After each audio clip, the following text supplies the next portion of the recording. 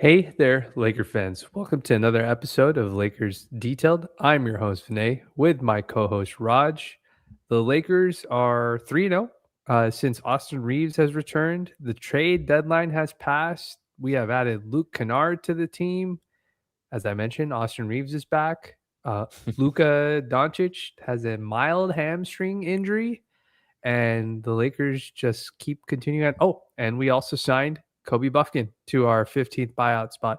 A lot of news has happened, folks, that Raj and I are going to catch up on this Sunday night. But before we start, how are you doing, my friend?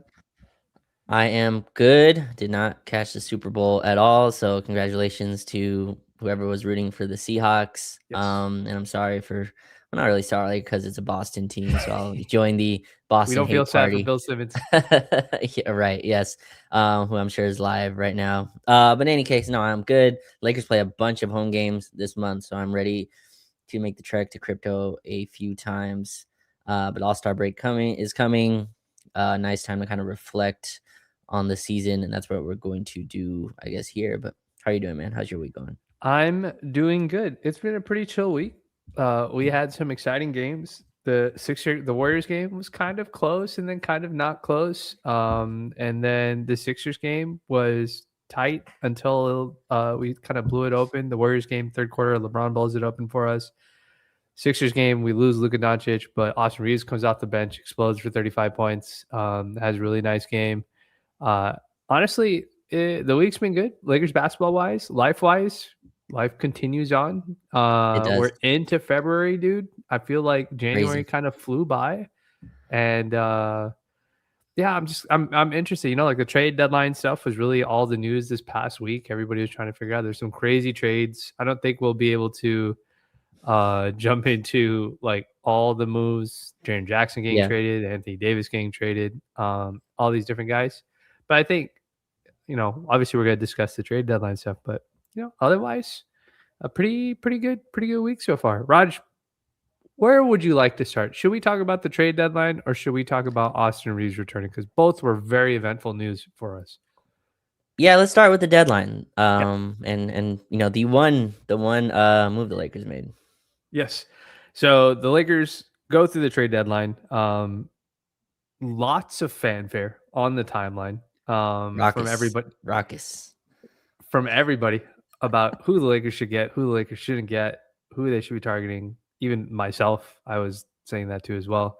Um, and the Lakers, as it gets closer and closer to the deadline, last time we did the pod, you and I had both speculated, or I had speculated that if the Lakers made a trade, it wasn't going to happen until February 4th, the day before the deadline, because the Lakers would be back from their homestand, and you don't want to trade a guy while he's on the road, and it's kind of weird when you do stuff like that, the flight home.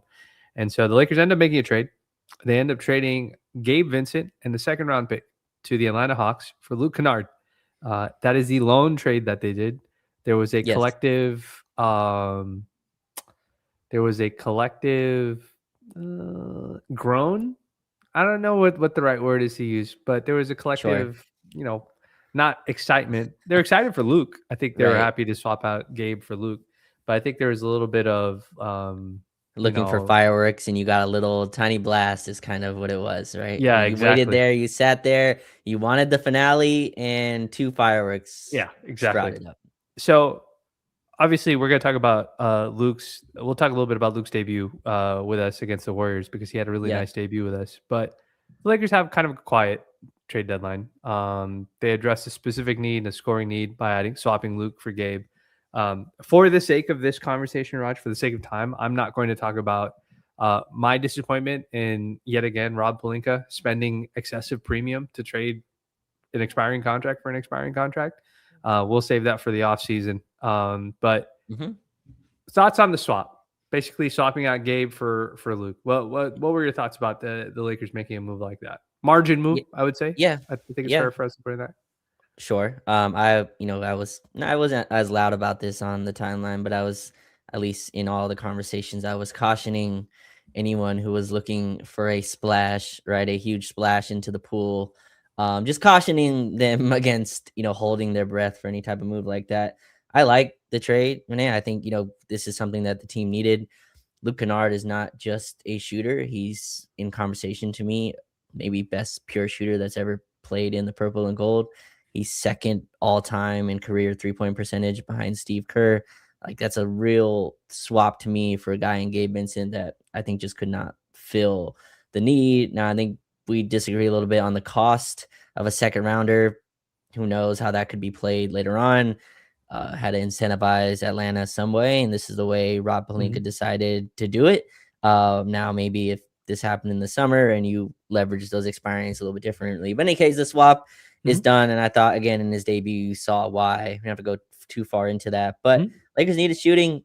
They're 21st in 3-point shooting. Some of that is a little bit skewed because Luka takes so many contested ones that the 3-point total team percentage. A lot of it is Luka's volume and the volume of threes he takes with the shot difficulty.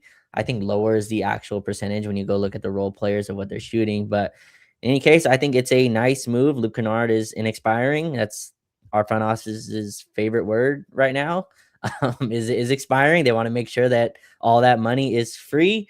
Mhm. But other than that, I think it's a helpful move. It's a little bit more than if you remember in the 2020, I think it was 2022 or 2023, whatever it was. We went and got Reggie Bullock, right? Same Yeah. type of idea. I think Kennard's better than Reggie Bullock is. I think he just is more helpful, but in that same type of vein, gets compared to Malik Beasley. I think Kennard's better than him as well. But in any case, a guy that's not helping you much defensively. I don't think he raises the ceiling that much higher than the team was.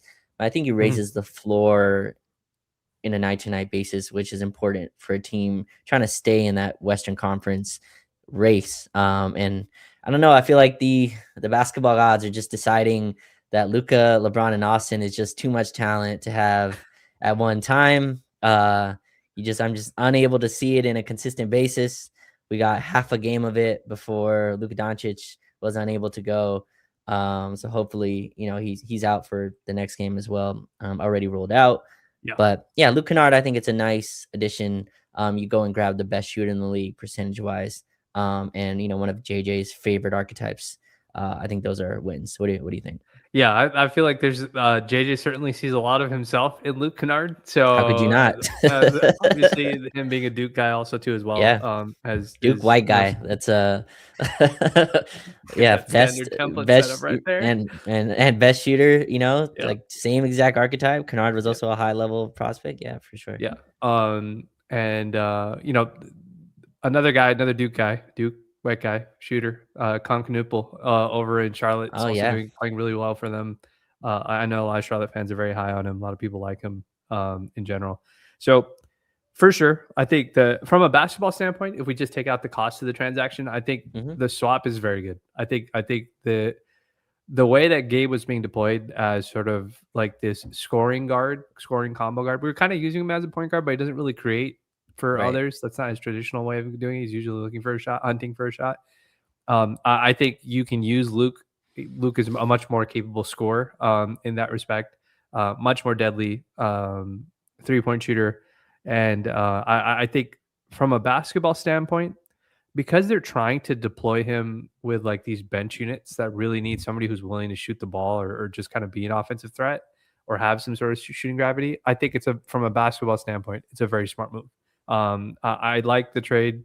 I like the fact that, if you were trying to keep your salary cap open, like I don't like the idea of trading a second for a rental, but like I like the idea of what you're trying to do in regards to that. So um, we see him with the Warriors debut.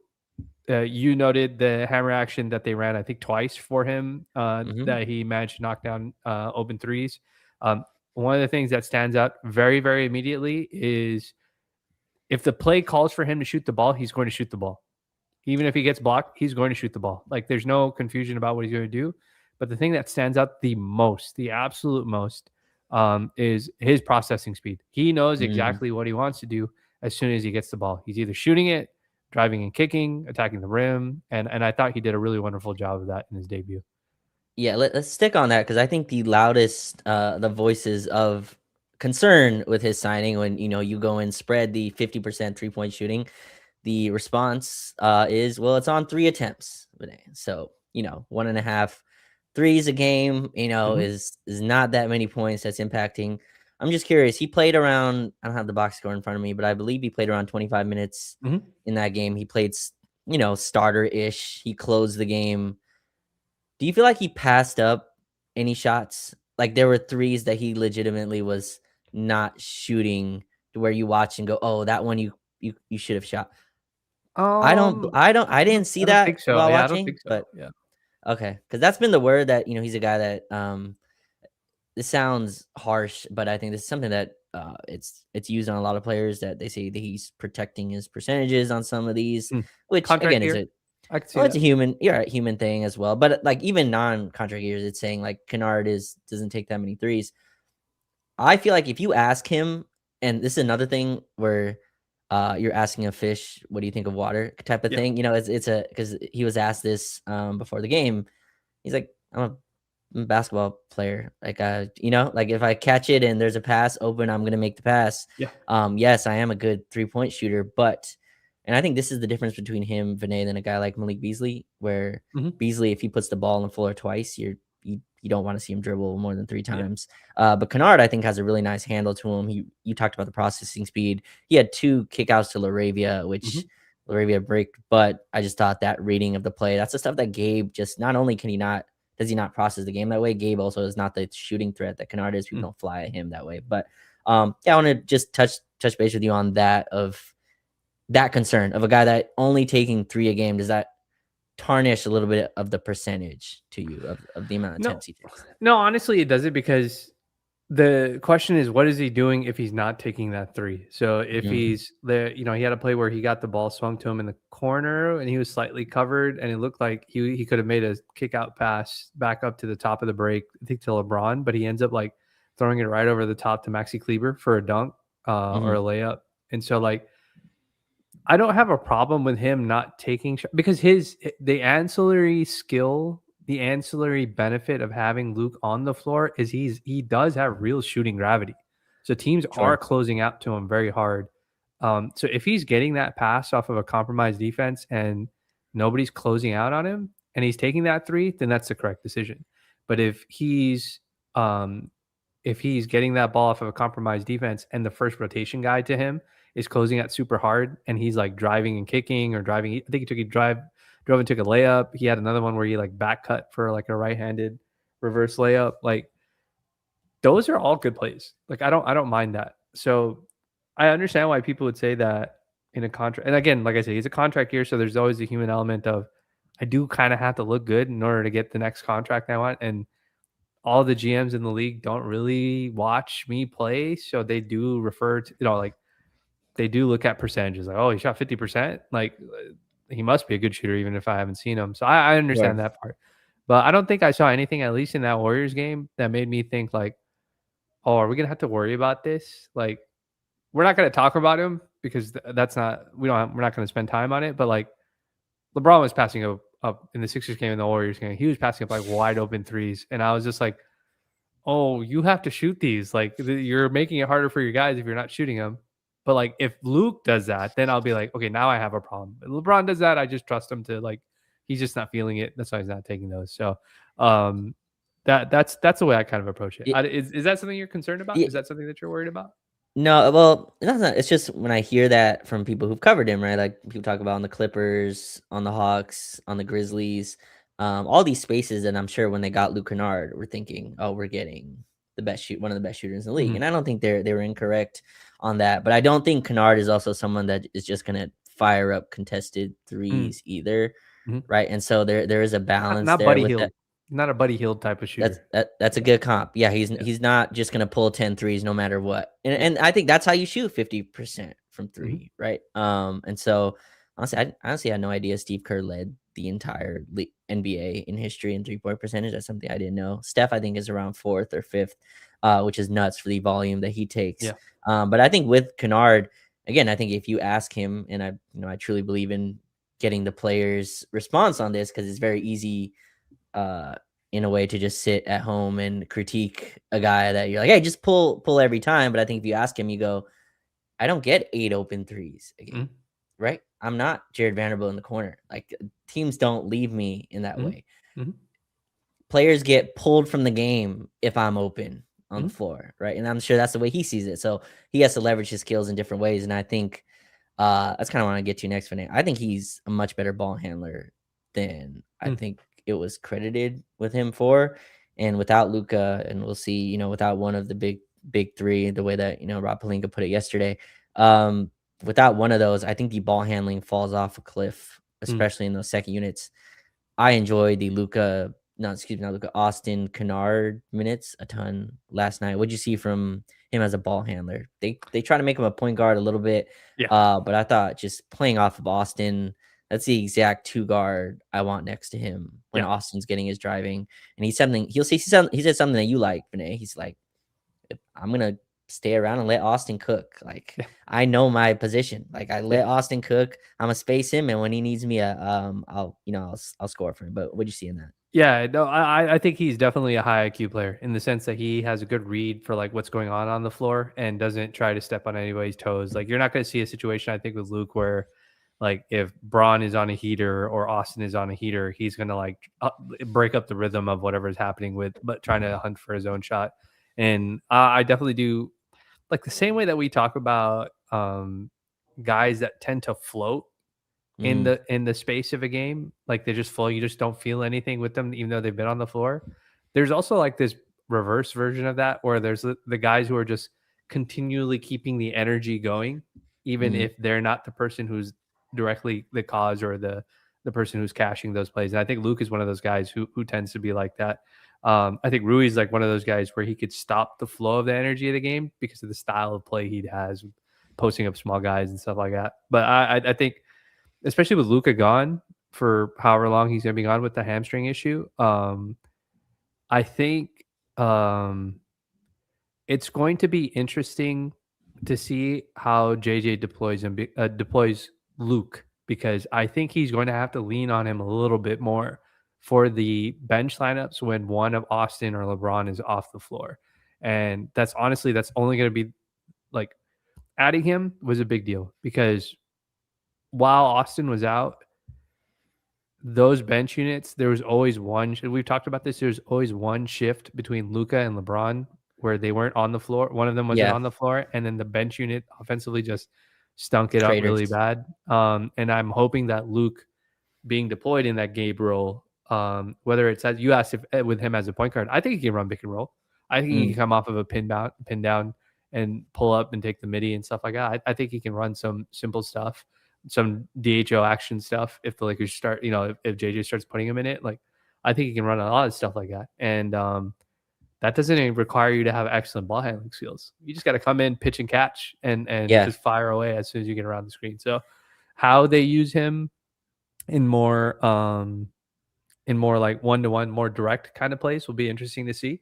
But I think they're gonna have to lean on him, Raj, because it's without Luca, again, you're down another ball handler, you're down another guy who has scoring chops or the ability to yeah. put the ball through the hoop. But ultimately it'll be scoring by committee. I think he's another guy that helps that cause.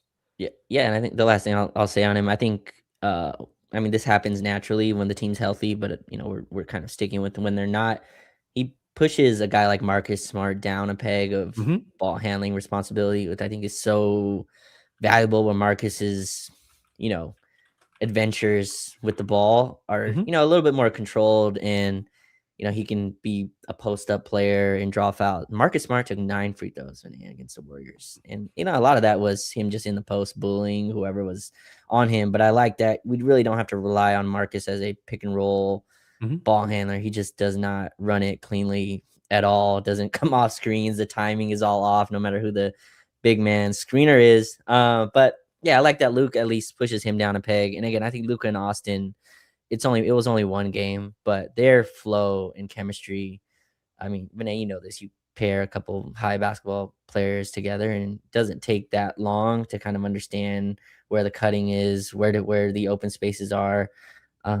Watching Kennard versus watching Dalton for the last month, you wouldn't realize which one's been on the team for 2 years Yeah. while the other just got here, right?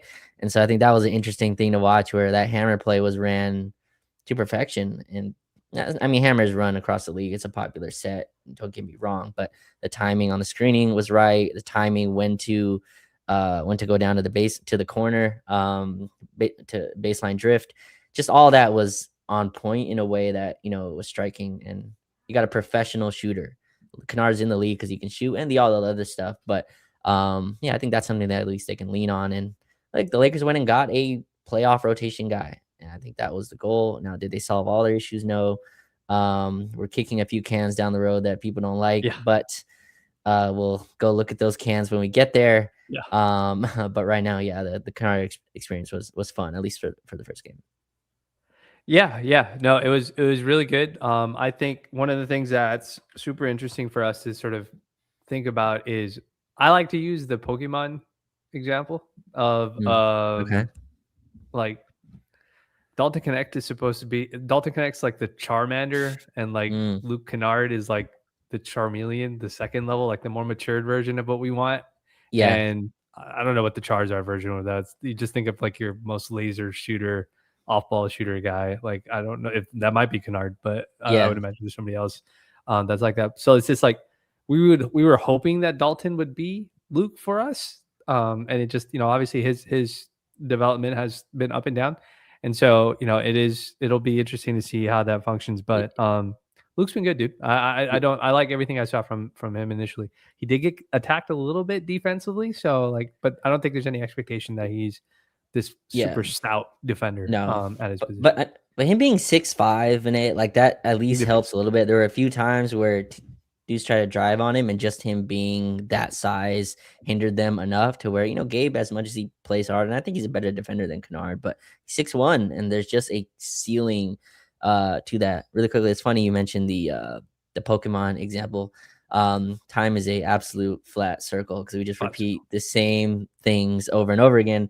But when we traded for Reggie Bullock, we had our own Charmander during that time too. It was a Svi Mikhailuk who was Yes. supposed to be that absolute dead eye shooter in practice, but it just never Never transferred. developed. But Never shout out Svi. evolved to the next It, it level. it never did, but it feels like now he's found, I think, some NBA real estate. Like Mhm. he's, I think, found a spot for himself in the league. I could not tell you what team he's on. I believe he's on the The Jazz, but Jazz. I'm He okay. was He's on the on the Jazz. Jazz. I don't know if he's still on the Jazz. Yeah, I don't know. They made 3 million trades at the deadline, so I'm Yeah. not so I'm not sure. But in any case, he has kind of turned into the player. He's not the movement shooter, but he's become a nice Yeah. offensive guy. So yeah. Yeah. Now No, Dalton's in no. the Yeah, it's very interesting to see. It'll be interesting to see what happens with him. Rogers, let's pivot here yeah. and talk about the Lakers not making a trade deadline trade, but getting back a very very important piece to the puzzle for them. Austin Reaves makes it back after 7 games on the road trip. He makes hmm it back for the 8th game for against the Nets and comes off the bench. He's been coming off the bench since. Comes off the bench against the Nets, Sixers, and now Warriors. Um, debuts. Everybody's super happy. Has a little bit of a rough start against the Nets, expected because he hasn't played in a while. He's a little rusty. Austin, when they interviewed after him, he said that he's been participating with the Stay Ready teams and he was bored. If anything, is kind of what Yeah. he said. He was bored and he was waiting for his opportunity to play. Is rusty, finds some rhythm against the Nets game, comes off the bench for the Sixers game, looks like the best player on the floor the entire game, scores 35 points in 25 minutes against the Sixers, helps close out that game against those guys. And then again, comes off the bench against the Warriors. Slightly rough start, but the Warriors play kind of like this interesting defense where they like try to run as much as possible and junk it up. But ends up having a decent game with the Warriors game. Austin's back, Raj. How has he looked to you from these 3 games so far?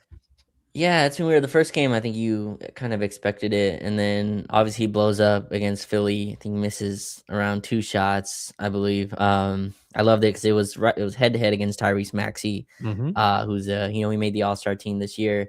I'm sure Austin must feel, and I think correctly, that could have been his All-Star spot, maybe. With the Lakers record being what it is, and with the numbers he was putting up, kind of carrying that first part of the season before he got hurt. I thought he outplayed Maxey. Maxey was also brilliant. And he's a deserved all-star, but I think that game kind of showed to me what they were missing. But I think he drives. I don't know if it's represented in the stats because drives get represented differently. You could drive and draw a foul and get bumped, and they'll kind of Mhm. count it as a drive. It just feels, I'm going off eye test versus stats war over here, but it just feels like Austin drives in the half court almost double what Luka and LeBron drive combined. Yeah. Like just in terms of head down, get to the rim. The Warriors are a team that ball pressure like crazy, and they have Mhm. the guys to do it. Gary Payton Jr. Pajemski's good at this. They have a guy named Will Richard that comes out their bench. Vinay, I like him a lot, and he's very good as well. He picks up full court. That's the way Steve Mhm. Kerr plays. They deny, and the Lakers are getting all these turnovers. LeBron especially was like jumping in the air, throwing passes. And part of this is the Warriors really make it tough. They ball pressure, they junk the game up, as JJ Redick said. And I love that Austin just like, all right, you want to pressure me back here? I'm getting to the rim. Like we're not calling any play. There's no play on this. There's no set here. I'm getting Mhm. to the rim. I'm putting my head down. But his finishing has gotten to a fit place that it's an absurd level. It's not like prime Kyrie stuff. I mean, it might Mhm. be numbers wise, but I think Kyrie is just a generational finisher. But I think Austin's ability to take contact and finish, it's just something that I think this team has sorely missed. And I think that's been kind of in fine print instead of bold letters. But I think he's looked good. Like again, the Warriors, he couldn't really get his jumper going. Mhm. But I think he had 9 assists or whatever it was. Mhm. Kind of turned into a playmaker. He's been fine. I don't have any worries. Seems healthy. Seems good. Lakers held him out of a few extra games, which I know is frustrating from a viewer base. But if that got him healthy, and he looks good. Well, what does he look like to you? Yeah, no, I think he's you expected him to be a little rusty here and there. Obviously jumping into this, not being able to get the slow integration with Luca out now, having to pick up a heavier workload much faster. So that's going to be interesting to see how JJ kind of manages his minutes, because it felt like sometimes, like even that Warriors game, I was just like, wow, Austin's been out for a while, dude. Like I was just like, are we gonna play him or what? And I at one point I was just like, are we not gonna play him the rest of the second half? And so Yeah, it's gonna be interesting seeing how they manage him. I think they want to be very careful with him. Obviously, the break coming up is going to be good because it'll give him some extra time to rest and whatnot. But he's looked good, dude. He's like him getting to the rim has been really awesome. That's been sorely needed for the Lakers. Your observation of him doing it in half court, I think honestly, Raj, he's probably our best rim attacker. Period. Like it's just he doesn't settle anymore for those pullback yeah, threes unless teams are really overplaying those drives, and his confidence just continues to grow. He's starting to take that like a right-handed off the left side of the backboard flip shot. He's attempted it a couple times now, and I mean, he could take a regular left-handed one, but he's been attempting this right-handed one that's kind of looked good when it goes in. But again, like he's been doing it against the Sixers. He was driving on multiple players at once. He's driving through traffic. Defenders are having to keep their hands back because he's catching mm, them with the low dribble pickup even more. Like his craftiness, his confidence behind his craftiness, his ability to finish, it's made a huge difference. And his pace, his style, the style of play the pace that he likes to play at mm, has been badly needed for the Lakers because LeBron and Luca play at like if LeBron's like maybe at the slowest pace of the team, Luca's probably like the medium, and Austin's a faster pace.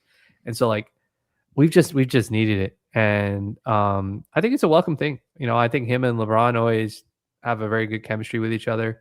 I think him and like literally everybody, like all the other role players seem to play much better when he's on the floor. And so I'm just happy to have him back, and I'm hoping that he continues to build his rhythm and then get some extra rest when we go into the All Star break. y- yeah. That's the most important thing. He's been coming off the bench. We'll see if he starts. I'm guessing he doesn't play both of these back to backs. Hmm. On the back to back. So OKC tomorrow. He wasn't on the injury report Hmm.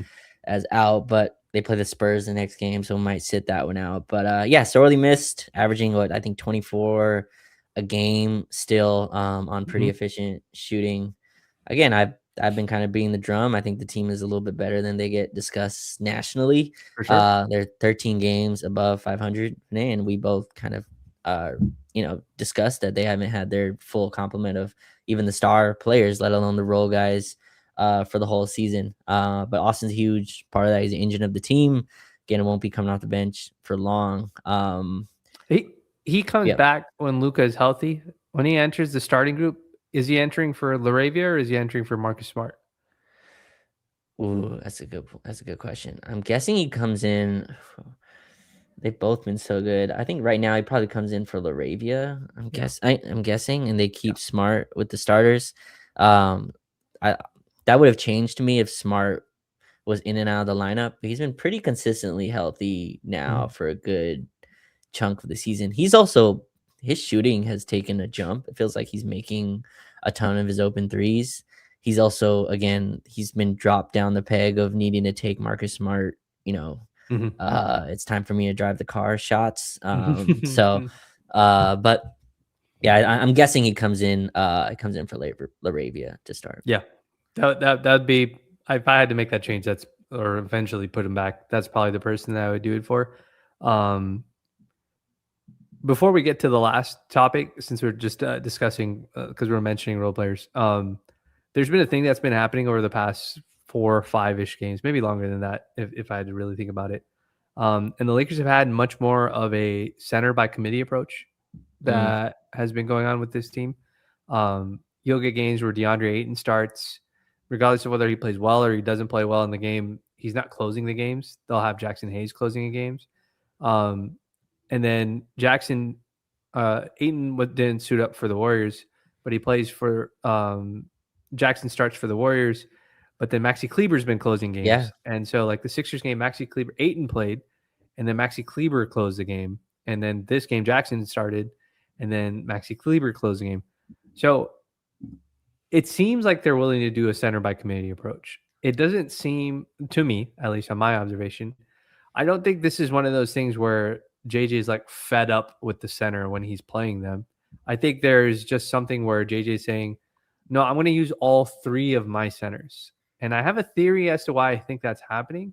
But before I give you my theory, why do you think this is happening? Why do you think this, like, we have this carousel of centers that's being deployed? I think Maxi sneakily somehow, and I don't know if this is a trade deadline past. Hmm. I'm on the team, and not in some dark way, and just naturally, like you're able to you're able to settle in right when you know you're going to be on the team for the rest of the year. Maxi looks healthy. He looks Yeah, it is. spry. Yeah. He's getting into arguments with Draymond Green. He's like he has gotten to a point to me in Dallas. People have pointed this out. This looks like the Maxi Kleber of the Mavericks, which is another probably stab to the heart of the Dallas Mavericks people. But I think Maxi looks good, and he's their best. Sam is mentioning in the chat. He's the best kind of switching big Hmm. on the team, and I think JJ likes that. You said it's not because he's he's not fed up when in any of the centers, but I do think we have a starting center that sometimes can fluctuate Yeah, in for effort. sure. And Jackson obviously has he has flaws that are very loud. Vinay, those type of players reminds me of JaVale McGee, where no matter what they do well, their flaws are kind of magnified. Hmm. Right. And so whenever Jackson messes up something, it's very loud. So, but I'm not saying JJ's doing that, but I think Jackson gets put in that box. But Maxi is just he can space. He's a better passer, I think, than both of those. Reads the floor very, very well. He's a timely screener. You don't have to tell him that, hey, this is your screen here. He'll just do it. It's a play where he screened up Rui and Kennard in the corner. That wasn't a set play. He just realized that what the defense was doing, understood it was his job to set the pin screen on that. Just Hmm. stuff like that. I think JJ connects with. And yeah, I think Maxi is now entered into rotation piece. Yeah. And I don't know how that I'll let you go with your theory on this, but I don't know how that fits a three center rotation, but I Yeah. don't think Maxi's minutes are going away unless again, and this is probably likely that his health he's unable to play at this level consistently. But if you can get 10 to 15 minutes of Maxi Kleber as a good switching big, Vinay's a much better rebounder than I realized. Really Yeah. does go for contested rebounds, Mhm. gets a lot of offensive rebounds. He's very, keen on knowing where the ball is coming off the rim. Like he has good touch on that. I don't know. Maxi's been really impressive to me, but what do you think about this kind of 3 center approach? Yeah, so I think it's specifically based on what the team is seeing as the matchup goes on, as the game goes on. So like the Okay. first in the I'll use the Sixers game as an example, because Aiton started that game. Aiton was actually doing, I thought, a pretty decent job. Like you're not going to stop Embiid from making those mid range shots because he's Sure. just going to shoot over basically everybody. But I thought he was doing a good job challenging. Like Maxey would drive to the rim, he would make him change his shot. He was making him do a lot of difficult stuff. I would say like when people try to drive on DeAndre Ayton this season, he won't get blocks, but he's done a really nice job like forcing them to take tough shots and Sure. often resulting in misses. But I think what happened in that game is they were giving up that switch so often, and Aiton was getting put on like Maxi, and then it would be like a Marcus, like it was like Jake LaRavia or somebody was getting switched because the Sixers were trying to avoid Marcus Smart getting switched on to Joel Embiid because Marcus is like sneaky. He can hold his ground against bigger dudes. That I think eventually at some point JJ thought, okay, I'm going to go with Maxi because I think he can take these switches and I don't have to worry about him in these situations. Now, it's not to say that Aiton's not capable of doing it, but there was a little more flexibility that was allowed. And the other thing is, if there's more ball movement required, meaning Mm-hmm. we need a guy who can play big but can also basically not be in the paint because Maxi's not in the paint after he sets Right. those screens. He's always popping out. If we need to play 5 out or 4 out where the center is one of the guys that's 4 out for like when LeBron wants to post up or Yeah. we want to run in post up actions for Rui, I think he's going for that. So I think there is a little bit of tacticalness with this. Raj, you and I, we both love tactical stuff. So if there is a sudden layer, like I think a lot of people have been looking at the fan base has been looking at this like, oh, like I mean, every game now I see it like, oh, Aiton sucks. Aiton sucks. Suns fans are right, blah blah. I was just like, but then sometimes I'll watch some games, I'll be like, but Aiton didn't have a bad game. Like he didn't have a bad game against the Sixers. Like I think they just went with something that they thought tactically was better, and they were Yeah. right. They were right with what they did because if Maxi's out on the perimeter, that means the rim's wide open for Austin Reaves. So it's just like, and if Austin's getting, I think he went 7 for 7 on layup attempts or something like that game. So I think it's just, if you're trying to use these guys in a tactical sense, I'm not, unless I can obviously see that they're playing a bad game or there's a low motor situation happening. I don't mind that. I don't mind them being tactical. I think the fan base has gotten a little like Jake LaRavia didn't finish the Sixers game, but nobody's sitting there saying, "Oh my God, why did we sign this guy from the Sacramento Kings?" Or why did we sign this guy? He's not even closing out the games. So I think there's a little bit of like default judgment happening from the fan base, and the fans can do it however they want. But I would just caution that like it seems like the deployment has been a little bit more tactical, and depending on what opposing defenses do and what the Lakers are trying to do, it'll be interesting to see. Now with Austin back, maybe we need a better screener. We don't need the spacing. We need a guy who can really screen for Austin so he can get a good shot up and whatnot. And so it'll be interesting to see. That's my theory. I think they're just being more tactical with the deployment of centers. Yeah. Brandon O'May, thank you. Appreciate the super chat. We'll get to that. Or you want to do that? Oh yeah, we can get to it. Yeah. Okay. You want me to jump on it now since we're discussing, or do you want to discuss it? Well, before that, I just want to like sprinkle in before the you're talking about the 3 center approach. I think something that has kind of collided with this, Vinay. This is the best stretch that Jared Vanderbilt has had in a very long time. He's been great. He's played in 20 plus straight games now. And so he's been awesome. I feel like he's kind of I love this because he's kind of the player that's kind of going against the grain of, hey, you have to be some elite 3-point shooter to be a rotation player. Yeah. Now Vando's making a couple threes a game. And again, when you're sitting wide open with the ability to test the air, you get a chance to practice those, and I'm sure he has, and he's hitting them at a respectable rate. But that's not even the point here. I think Vando's ascension kind of allows or is forcing JJ to kind of tinker with units and lineups, and because I think Vanderbilt and Jackson is just too tight on spacing wise.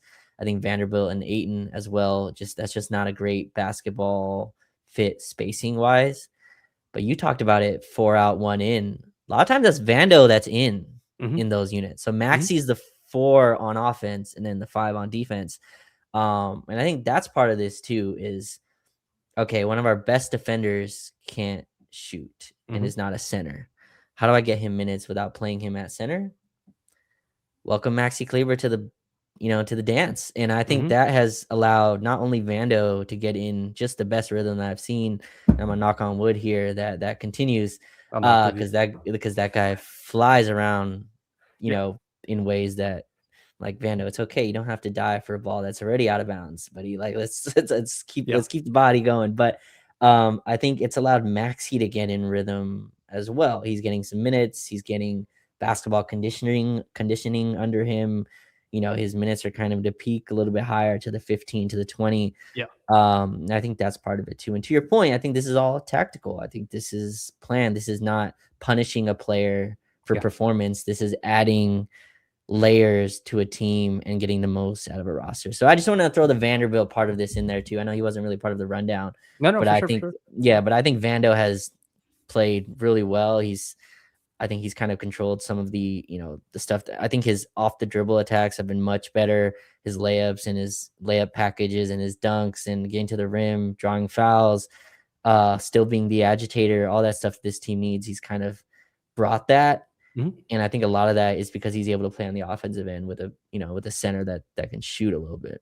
Yeah, no, I think there's always like the ancillary benefits. Like there's a indirect benefit, or there's like a, I don't want to say accidental benefit, but it's like a good thing that happens. Like you're testing something out, and all of a sudden something happens that you didn't expect to have happen. Like just as you're saying this, I'm thinking to myself, yeah, like if we weren't using Maxi, then we might end up using like Rui as the small ball Yeah. center and that or that. And Rui's reaction speeds are so slow defensively that like that might put you in a really rough position, because Maxi's more quick with getting the ball out of his hands, delivering the screens, being in the right spots, directing his teammates if he has to, and supporting in a way that Rui might not just be able to do that. Just different skill set. But obviously Rui's been knocking down since coming off the bench. He's been knocking down his jumpers with a lot of confidence. The Warriors game, I think Braun opened the game up by going on that barrage to start the second half, but Rui was really knocking down a bunch of shots in the fourth quarter and the second half that helped the Lakers out significantly. So I think, you're hoping that all these small, adding Luke Kennard, Austin coming back, Luka eventually coming back, hopefully all of these things result in people more nesting into the roles that they're more comfortable in, as opposed to anything else. So let's want to shout out. Waiting for this pop up. There we go. Want to give a shout out to Brandon for the $5 super chat. Appreciate you, Brandon. Folks, we always appreciate anybody who wants to give a super chat. You absolutely don't have to do that. But if you ever want to support the pod, this will be our shameless plug. You can join the Detailers Club. Just go to the YouTube channel, become a member, and I'll give you access to the Detailers Club Discord, which is the Lakers Detailed Discord, where we discuss intel that we get about the team, and we debunk stats that don't make any sense, and we'll cut tape together and stuff like that. It's where we have our daily conversations in regards to it. So shout out to Brandon for the $5 super chat. His question is, what's going on with Jake? Can't hit open threes, can't dribble, poor decision making. DeAndre Ayton getting benched consistently is concerning. Braun Handel looks bad right now. We probably don't have to talk about the Ayton thing because we just kind of sort of talked about it. But Jake has had some like up and down games, Raj. Yeah. Any thoughts? I think overall he's been fine. Like Ayton, I think he's been fine. It's just when Austin's out and then Luka's out, and then everybody's like hyper focused on the role players to step up. But what do you think? What do you think's going on with Jake? Yeah, it's weird. He's had some games where they really needed him and he came and brought scoring punches, right? He had like a 25, I believe like a 28, 29 point road game in Sacramento when the team was hurt. I think he probably is the one that suffers the most when the playmaking drops, right? Someone like Austin and Luka, when three of them aren't there and he's playing in these, wonky lineups, you don't really want him running, pick and rolls and stuff like that. But to your point, I think he's still helpful in other ways. He's obviously not the shooter Rui is, and right now for the season, shooting 31% from three, and pretty much all his attempts have kind of become threes in the way that it's kind of worked out. But yeah, I don't know what's going on. I don't know if the shot quality has dropped a little bit, maybe in terms of how the shots are being created. He's kind of the one that takes a lot of the last second shots, right? The Lakers run something doesn't work, and then finally the little advantage they get. Maybe Mhm. Jake gets a step on his guy. But I never watched the game and think, man, he's hurting us here Yeah. with his shot attempts, right? He's never hunting his in a harmful way. He doesn't take shots that are outside of, his coloring Mhm. lines. And he still, I think he's, he helps a lot on the boards. He's one of our better kind of guys on defense in terms of knowing where to be. But again, he's another player that, JJ will close with someone else. He'll close with, Marcus. He'll close with Rui. And that's to me one of the benefits of Rui coming off the bench. We haven't really discussed that, but Rui's been off the bench consistently now Mhm. to where it's not even a conversation anymore. I think that's interesting. I think that's Mhm. really smart the way they played it. Where, he was coming back from injury, and then all of a sudden it's just Rui comes off the bench. That story came out that Rui says, I'm happy to be off the bench. And that was the end of any conversation on that. And again, I think it's smart, not just for him. I think it's good for the team. But Yes. yeah, with Jake, I'm not 100% sure. He's just missing shots right now. I mean, Yeah. he's at 31% from three on the season, which obviously I'm sure even if you ask him, he'll say that's not good enough. Now it's not on high volume. Yeah. But yeah, I trust that, an open three from Jake will eventually fall at a respectable amount. He does so much elsewhere, Renee, that I'm not really looking for Jake to score on Yeah. a team with the amount of shooting that he has. Not that he doesn't Yeah. have to hit open threes, but I think he does enough else as an ancillary player that I'm not Yeah. really concerned. What about you? Yeah, no, I'm with you. I think like I think of him more like, back in the day we used to have a guy that played for Lakers by the name of Rick Mm, Fox, and he was a guy okay. where like his role was kind of more of a defensive oriented, grabbing Hmm. rebounds, doing stuff. Like he wouldn't really fill up the box sheet. Like maybe he'd have some games where he'd be shooting pretty well, but like he was really that guy who was just doing a bunch of stuff that nobody else wanted to do that doesn't you don't get stats for. And I think Jake has done a really good job for that. Sometimes you'll want him to make those wide open threes and he just won't. But then in those same games, you'll see him grab contested rebounds and get putbacks, or you'll see him attack the rim. He is unfortunately the victim of many grenades that his teammates give him. Yes. And Yes. so I don't fault him too much for that. Because I'll be like, bro, I won't say who it is, but like there's a couple of our players that'll like dribble out the clock for like Right. there's like 4 seconds left and they throw it to Jake. And I'll Yeah. be like, all right, dude. Like I can't get mad at this guy for that. He's not the type of player. But anyways, Yeah. I think the stuff that you want out of him, the contested rebounding, which he's been really good at, creating extra opportunities, getting back in transition, helping his teammates out with rotations and coverages when somebody loses their guy. I think he's been really, really good on that part. So I would you like him to make shots at a higher clip, wide open shots at a higher clip? For sure. But I feel like you would say that about anybody in the league. Like you'd Sure. want them to make their wide open shots at a higher clip. One of the things, we always say, the game is a game of attrition, which means Mhm. that Yes. if you're asking him to play a ton of defense and rebound and stuff, his legs are going to be worn down. So he might not hit those open threes. Like there's not unlimited energy in those legs if you're asking him to do that much on the defensive side. So It- it's part of it. That's he's why I chalk it up. I think he's also the only Laker to play in every game. Yeah. I'm pretty sure that's correct. So you talk about the war of attrition. He's been available every night. And so that's a big deal in a league where players miss weeks Yeah. consistently. So I think he's done that well Yeah. as well. Just funny sometimes, those grenades get thrown to him and people will be like, why is Jake LaRavia taking a turnaround, fadeaway, mid-range jump shot? It's like, what else is he supposed to do? There's 4 seconds on the clock and he's creating against like Kawhi. It's like, man, what is going on? Yeah, it's like But everybody on the defense is like, yeah, we know you have to shoot this, bro. right, Like, yeah, we're waiting for yeah, you to shoot it. So it's always funny when that yeah, happens. But yeah, again, it's nobody's fault. It's just yeah, it's just the situation he's put in. He's been a good sport about it in the sense that like he's not like, oh, it's not my fault that I have to do this. yeah, Like he's just playing whatever role he gets. yeah, So I think we covered mostly all of the role players as it relates to just kind of what's been going on with Austin being out, and now we'll see how Luca is out too as well. yeah. We talked about Luke, and so I wanted to talk about the newest Laker that we have Yes. signed, and I think this question from Carl, who is part of the Detailers Club on YouTube, Yes. is a great transition into that conversation. Raj, the Lakers had a 15th roster spot open. A lot Hmm. of folks were speculating that, not a lot of folks, the insiders, I'll put air quotes for the people who can't see us, and end up listening to this later.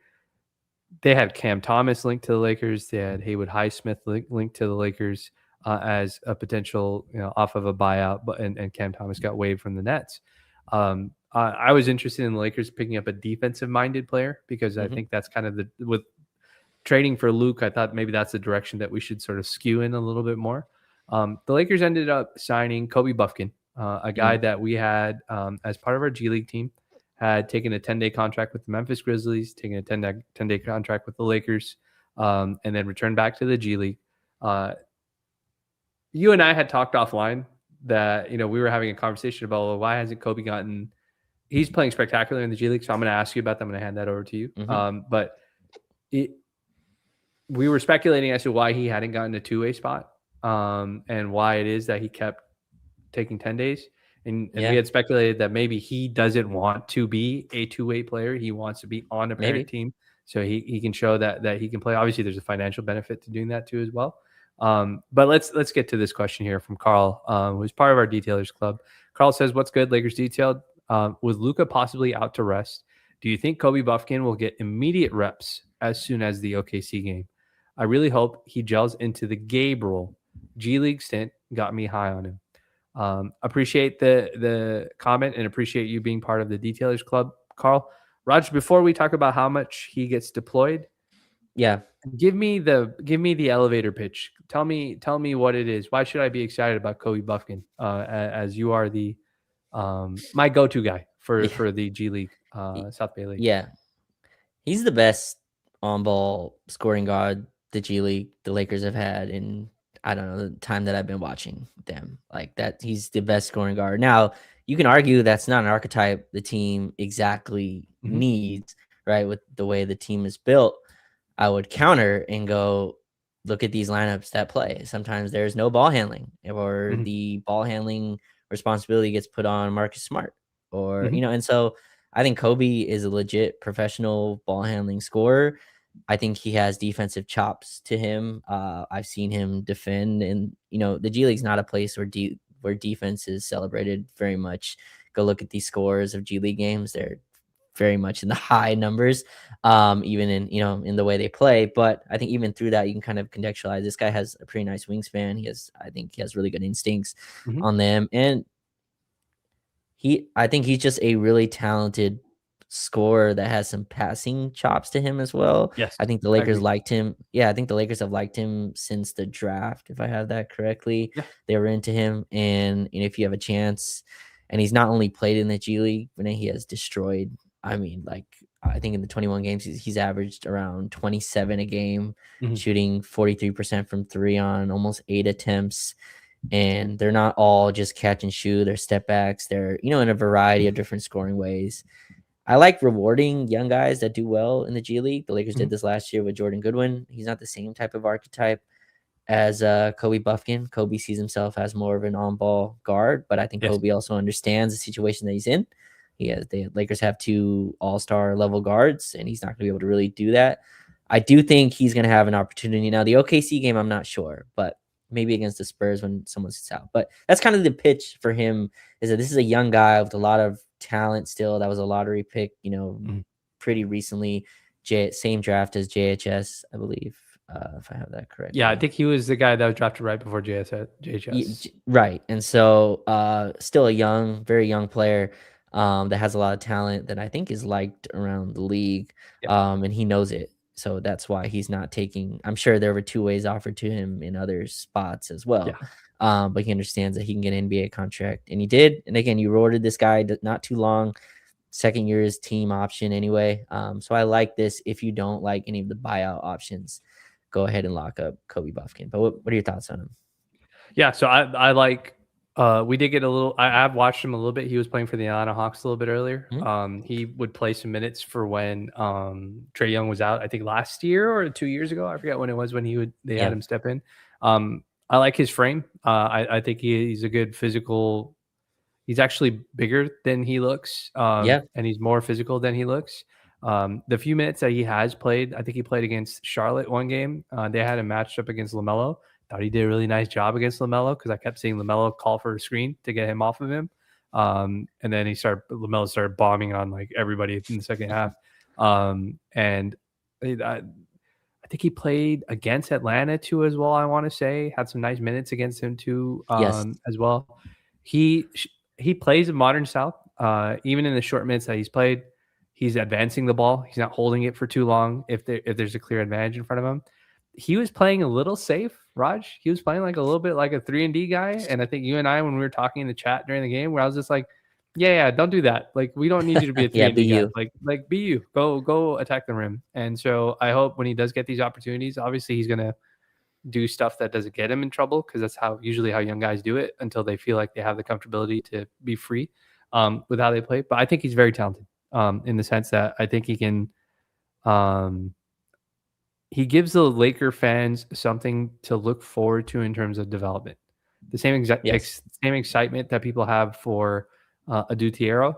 I think you can have that same excitement for a guy like Kobe Buffkin. He's young, he's very talented, very capable, has confidence in himself, which is important too as well when you're a young player.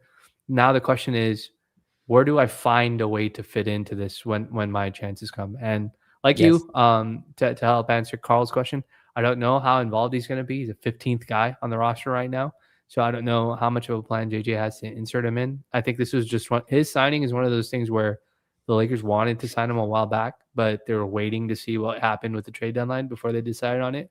And so now they're like, okay, you waited long enough. We're going to bring you on board. So I'll be interested to see. It'll be interesting to see how he gets inserted. Might not see too much impact this season, barring injuries forcing us to have to play him. But I think he's definitely somebody worth thinking about, like, investing your eyeballs in and Yeah. watching closely going into the future. Yeah, and again, you mentioned this regular season is a war of attrition, and the best teams have a plethora of guys they can go Mhm. to when their top guys are out. And again, I keep saying this, but our ball handling, Renee, falls off a cliff when, at least before Kennard, right? Kennard Mhm. helps this, but when Kennard was out, when Kennard was Gabe Vincent, ball handling when one of Luca, LeBron, and Austin are out, it just falls off, especially in those bench units where it's Mhm. one of them, right? It's Luca or Austin or LeBron carrying these four guys that are all satellite type players that need someone to set up for them. Buffkin does not need that. Now, how much he's not going to average 27 in the league, but Mm. he is a guy that understands how to get to his shot, get to his Mhm. spot, get to the rim. Obviously, the G League is not the NBA in terms of competition, but you can kind of see when a guy understands his offensive game. I think Buffkin's got to that point. He's been in the league 3 years now, played 27 total games with the Hawks. It's not a huge percentage, but he's played in enough NBA games where he understands NBA speed. Yes. And yeah, and also the Lakers aren't just they're competing with the rest of the league for these players. So you Yes. don't get to just sign Kobe when you want to, Yeah. right? You don't get to just be like, all right, you just sit there and play in our G League while we go look for a few more weeks. And Buffkin was signed, and hopefully this also lets him Vinay settle in. You're Yeah. right. Thought he was a little maybe not nervous, but tried not to, make mistakes, Yeah. try to not play aggressively. And I think he's going to get some shots here with the way the guys are recovering. We'll see tomorrow, but I'm guessing on Tuesday he gets a real shot of, hey, Mm. you get not his own unit to run, but hey, we're going to put the ball in your hands and let's see what you got. Yeah. You're averaging Or 27. Yeah.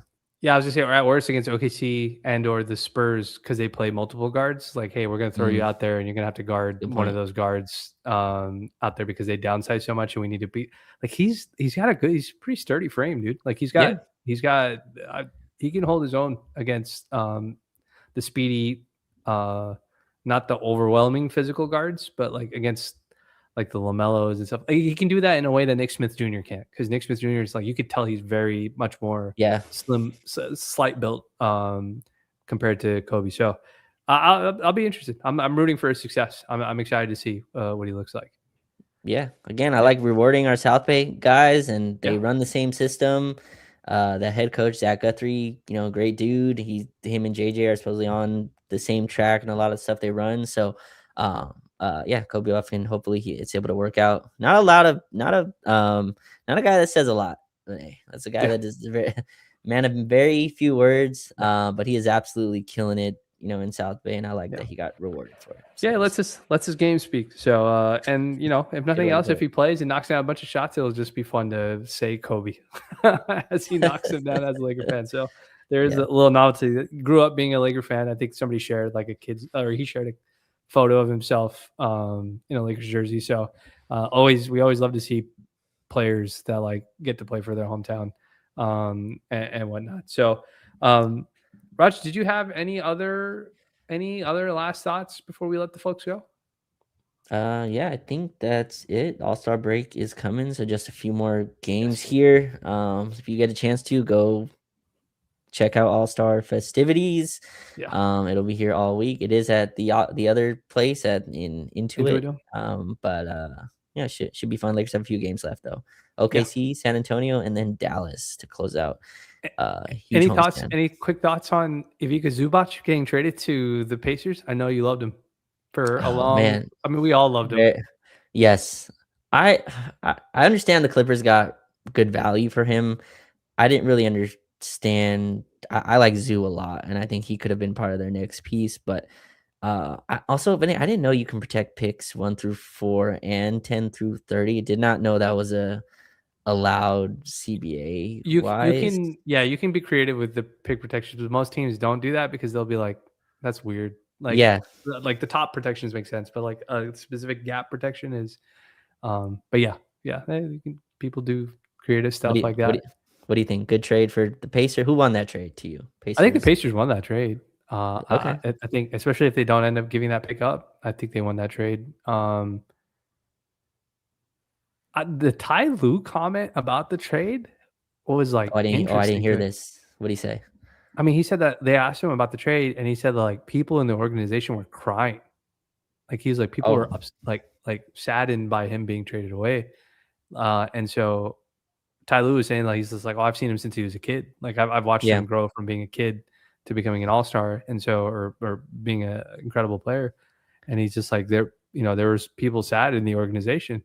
So I was just like, damn, dude, like, bro, Lawrence Frank, what are you doing, dude? Like, people are upset.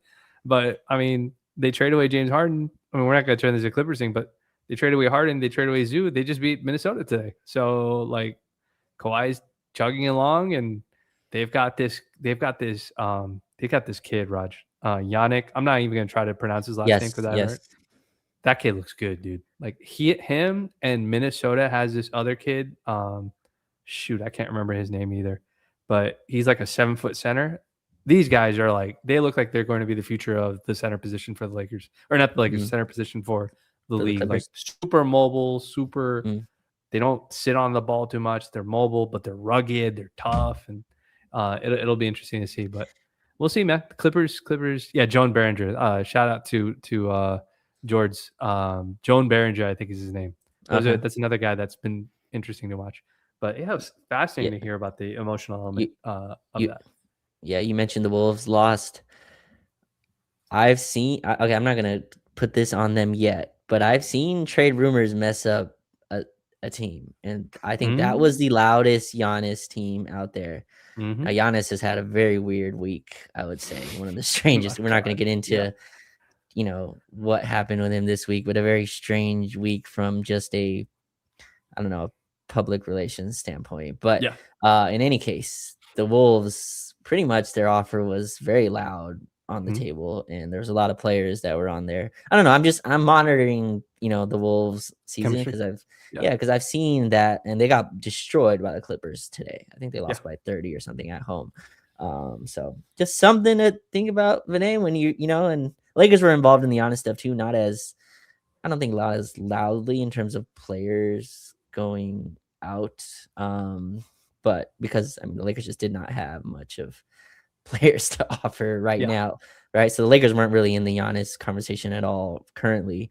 But yeah, the Wolves were obviously involved. The Warriors, you saw what it did to them. Not only did they not make the Giannis trade, they had to go and make other trades just to Yeah.